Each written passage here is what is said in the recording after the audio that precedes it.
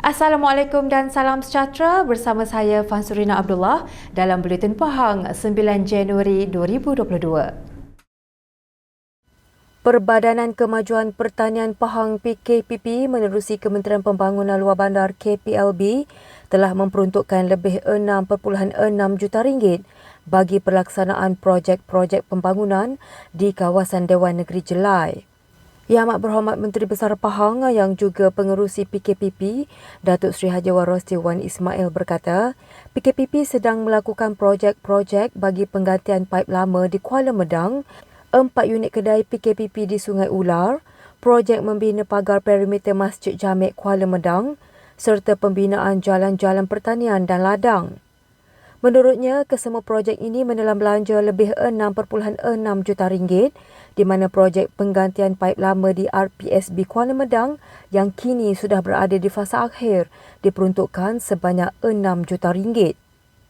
Manakala bagi projek 4 unit kedai PKPP di Sungai Ular pula memperuntukkan RM472,000 dan telah siap dibina. Projek membina pagar perimeter Masjid Jamek RPSB Kuala Medang dengan belanja RM133,750 kini masih dalam pembinaan dan beberapa projek pembinaan jalan pertanian dan ladang juga sedang dalam pembinaan. Beliau berkata demikian pada program kebajikan PKPP prihatin di kawasan Dewan Negeri Jelai di Dewan Laman Sejahtera Sungai Koyan, Lipis.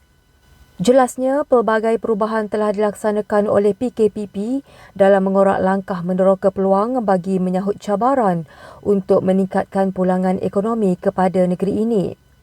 Beliau berkata PKPP juga tidak terlepas melakukan program-program kebajikan dan khidmat masyarakat supaya dapat meningkatkan taraf sosial setempat selain membuka peluang ekonomi kepada penduduk.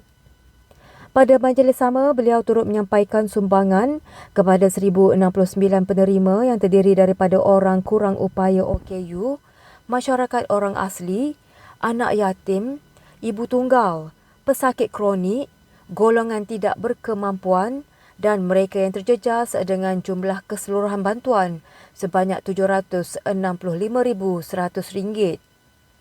Selain itu, sumbangan 30 unit kursi roda dan 10 katil turut diberikan kepada pejabat kesihatan daerah Lipis serta 2 buah van jenazah telah disampaikan kepada Jawatankuasa Pembangunan dan Keselamatan Kampung JPKK Tanjung Gahai dan JPKK Beletik.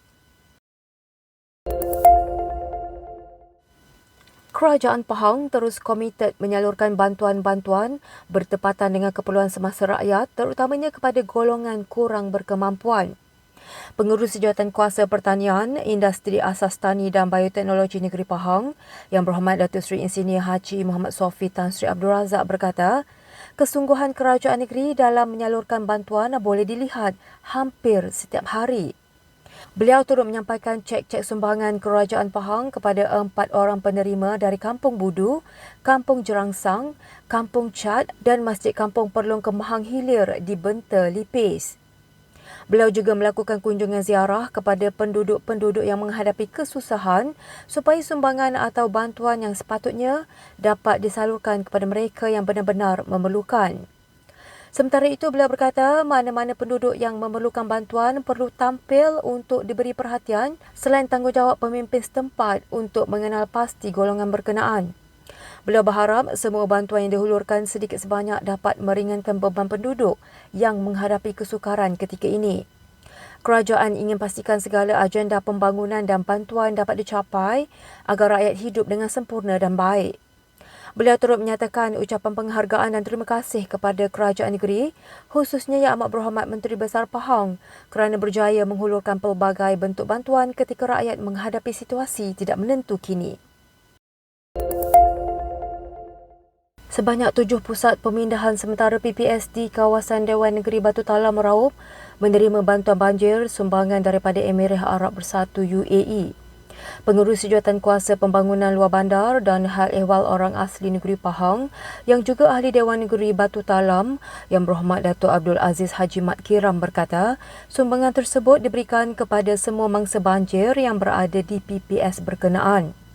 7 PPS yang terlibat termasuklah Balai Raya Kampung Ulu Atuk, Balai Raya Kampung Chenua, Masjid Kampung Kuala Semantan, Balai Raya Kampung Ria, Balai Kegiatan Wanita Batu Talam, Sekolah Kebangsaan SK Ulu Sungai dan SK Tersang. Hadir sama ialah Pegawai Daerah Raub Yang Hormat Datuk Muhammad Syahid Ismail, Pasukan Pusat Kawalan Operasi Bencana PKOB Daerah Raub, Penghulu Mukim dan Ahli Jawatankuasa UMNO Raub. Sebelum ini, UAE menerusi Red Crescent United Arab Emirates pernah menyumbang bantuan kepada mangsa banjir di Pahang pada Januari 2021 yang menelan belanja RM2 juta. Pada misi kali ini, delegasi tersebut mengagihkan pelbagai jenis bantuan antaranya tilam, selimut, kit kebersihan, peralatan mandian dan makanan seperti beras, tepung, biskut dan gula. Sekian Buletin Pahang bersama Unit Komunikasi dan Media Pahang. Ikuti kami di Facebook, Instagram, YouTube dan Twitter. Terus bersama Pahang Media bagi mendapatkan maklumat terkini di negeri Pahang. Assalamualaikum.